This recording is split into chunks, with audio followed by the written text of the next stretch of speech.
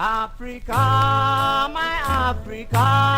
my grandmother sing of. Beside her distant river, I have never seen you before. But my gaze full of your blood. Between 6th July and 8th July, there was an international conference which was held in Gaborone, Botswana, under the host of the government of Botswana itself, as well as the National Democratic Institute, NDI. This was an international conference on democratic consolidation in Africa. So you discover that the National Democratic Institute, NDI, did predominantly and let me say wholeheartedly funded this international conference with the support of other institutions, except that the host country was an African state, and that's the government of Botswana. The question is, what is the interest of the funders and the sponsors behind such an international conference? When you look at the program of the conference on the consolidation of democracy in Africa, which took place in Gaborone between 6th to 8th July 2022, you discover that the objective, among others, is to ensure that there is entrenchment of constitutionalism in Africa. Number 2 is that there should be respect and adherence to the presidential term limit. And number 3 is that African countries and African leaders should emulate other countries or democracies that have adhered to the presidential term limit, which is the 5 years term limit, and specifically a maximum of 2 terms. It's very clear that there is a mission to entrench democracy in Africa by the West, or the Americans and the Europeans, to the extent that it's a democracy which is anchored on term limits. It's a democracy which is anchored on ensuring that the maximum period within which one can govern or can be a president or a prime minister in Africa is 10 years, meaning 5 years and another 5 years term limit. But the questions I think we should be asking as scholars from an African perspective are many and multiple. In as much as we commend and appreciate such gestures by the West to entrench and consolidate democracy in Africa, we need to also be asking questions both to the West and Africans themselves, so that as we pursue to entrench democracy and consolidate it, as Africans, we are sure that what is happening politically is in the best interest of Africa and in the best interest of Africans, and not in the best interest of the West and in the best interest of the Americans or Europeans. It's very clear that democracy is one of the most commendable and one of the most popular political systems in the world. In fact, currently it is like the most dominant political system, given the fact that it has been, it's the most marketed political system.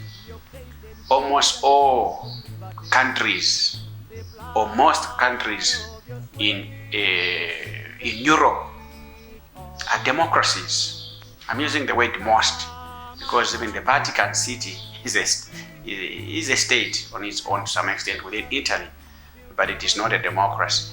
So I do bear in mind such systems also that prevail in Europe, but predominantly Europe is a democratic region. North America is the same, it's Canada and the United States, so they are democracies. Australia is the same.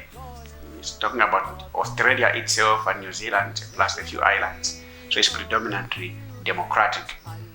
Of course, in Africa and Asia and part of Latin America, there are some elements of democracy and non-democratic states.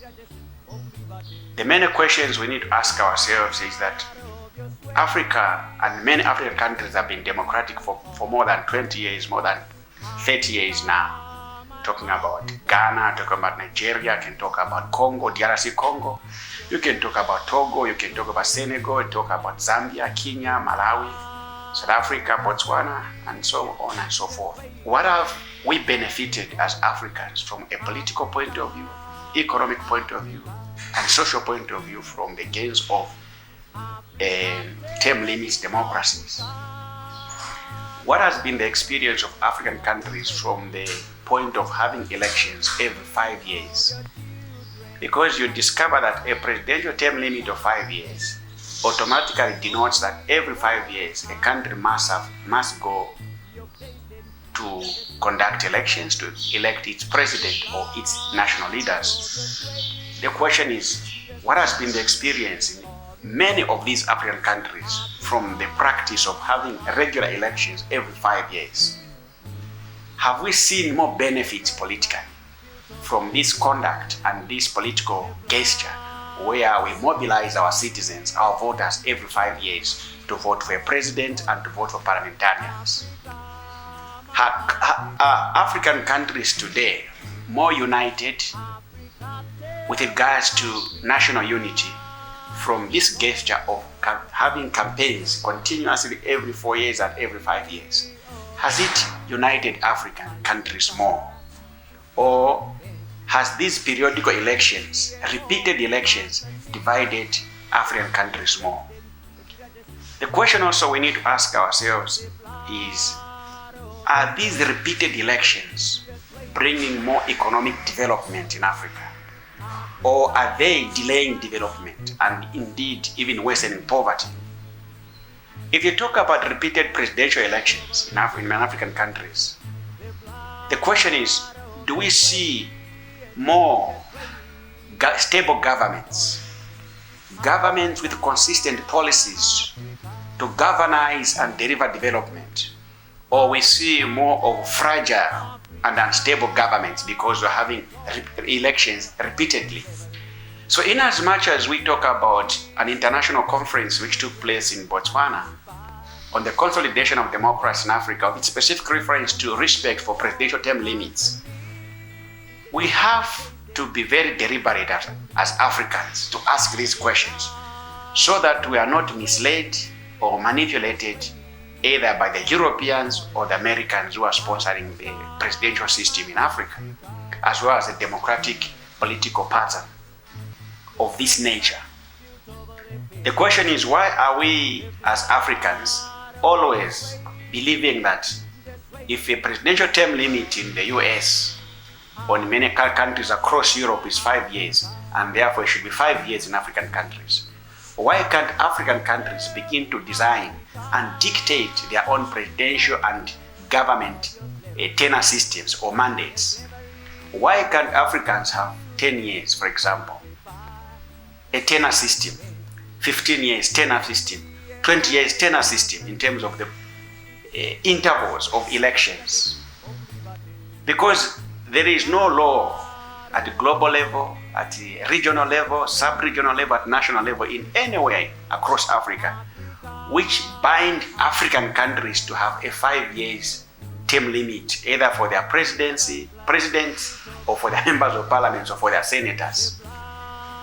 I've yet to see such a law. But the fact is that African countries can have different term limits for their presidents as well as for their parliamentarians and senators. Others, as I said, can take it even up to 10 years, so that a country maybe can politically heal and unite. And the government that has been ushered into power can even deliver development because they've got some breather with a number of years to come up with the policies and to govern and to deliver development.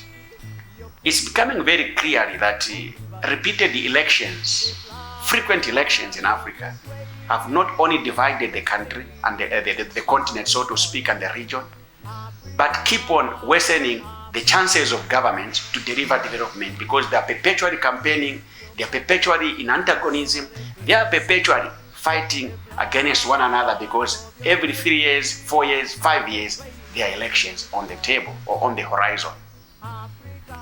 A clear pattern has been set in the Middle East, as in some part of Asia. You discover that countries that are not having repeated elections have moved tremendous in terms of their economic development. You are talking about countries such as the United Arab Emirates. You are talking about even Saudi Arabia, which is a monarchy. You are talking about Qatar, Jordan, name it, including The model of development at global level now, which is China, they don't have these repeated presidential elections, repeated parliamentary elections, repeated senatorial elections. These are countries that do conduct elections maybe after 10 years. Some of these countries, as I said, they don't even conduct elections because they're monarchies. But what is their pattern in terms of modernization and development? They don't come close to most of these countries in Africa that have repeatedly been having elections every 5 years. If you look at Africa itself, you discover that Libya is a good example. Under the 42 years rule of Colonel Gaddafi, the one who was assassinated by the West through NATO, you discover that Libya was a model of modernization and development because they had some form of what you can call an authoritarian government, but it delivered political stability, it delivered political security, it delivered national unity, but above all, it delivered national development and modernization. Today, from the time Gaddafi was killed or assassinated in Libya, it's more than 10 years. The West have been trying to promote democracy around Libya. It is a failed project. Today, Libya, in the name of promoting democracy and human rights, is a failed state. Today in Libya, in the name of promoting respect for good governance and democracy, which has failed, Libya itself has become a death trap. Libya itself has been seized by different political and military rivals. It is in a state of chaos. It is in a state of anarchy. So you discover that if you look at Libya from the point of democracy promotion, it is a total failure.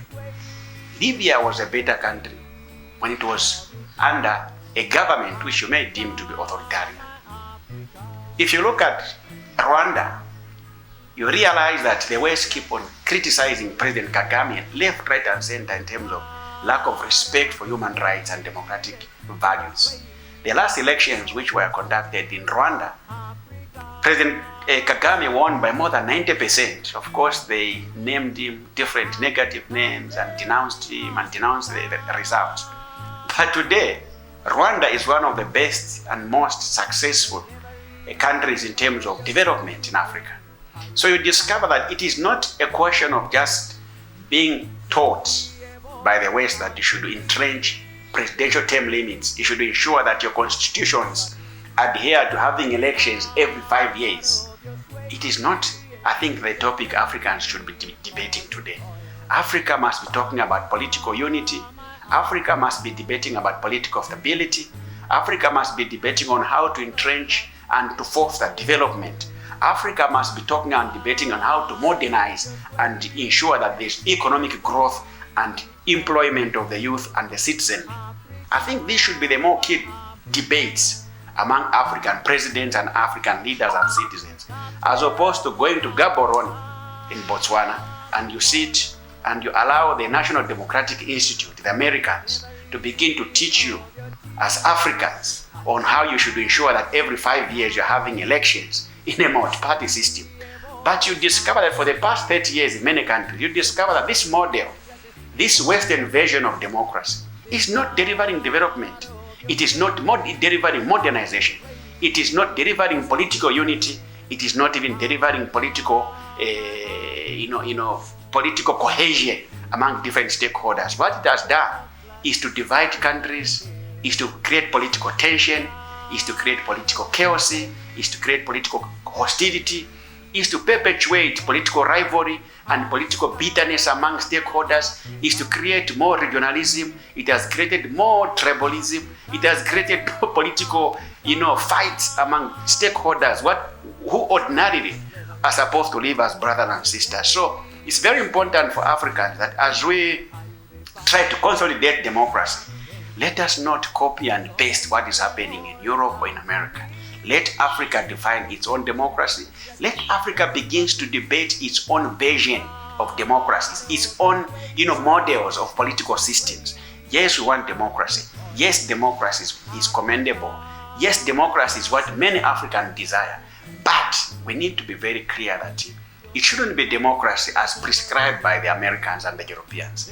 It should be democracy as defined and prescribed by Africans, and I think that should be the topic with the African Union, SADC, COMESA, ECOWAS, East African Community, the Arab Maghreb, and all regional bodies must be debating. Let's not be debating and discussing democracy as prescribed by the former colonial masters. Let African regional bodies I've just mentioned and African leaders begin to debate democracy and development from the point of Africa and Africans, and not from the point of Europeans and the Americans. And I think that's very important, and that's the future for Africa. Africa, my grandmother sing of beside her distant river. I have never seen you before, but my gaze full of your blood spilled over the fields, the blood of your sweat, the sweat of your toil. Africa, my Africa.